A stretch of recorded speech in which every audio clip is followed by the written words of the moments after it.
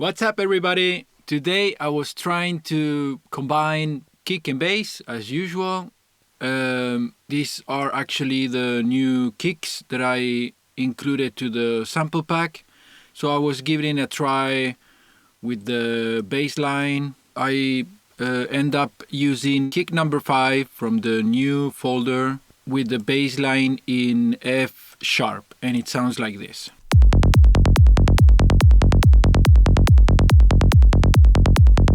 I think it's a very nice combo.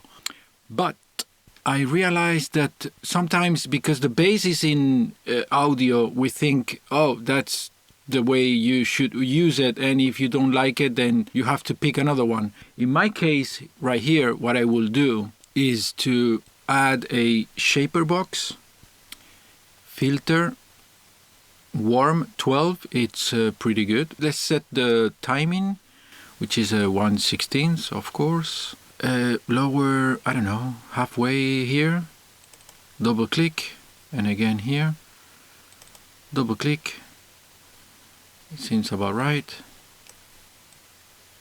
Do a little bit like this. And let's check out the difference between on and off. I think it fits better with the kick.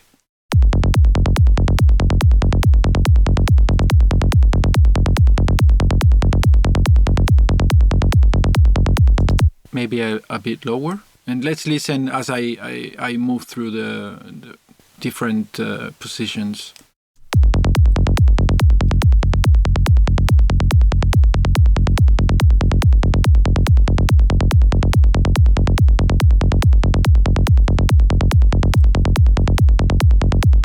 Maybe too dark, a little bit too dark. See, now I can go here and just make sure that it's not too much.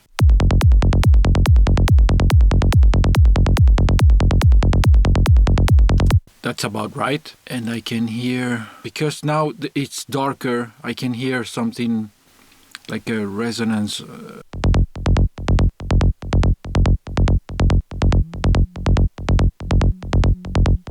I think it's B3.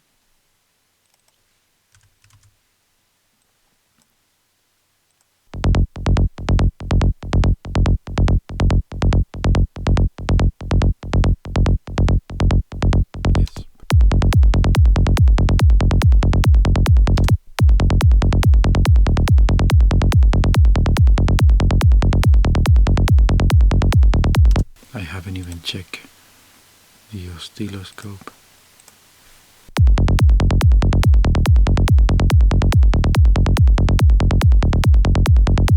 It's very nice. I love it. I think it's a really good way to utilize your bass lines. Even though they are already in audio, you can keep tweaking a little bit and changing the, to darker and things like that, especially with this machine, Shaperbox 3. It's really good, and I think this is it for today.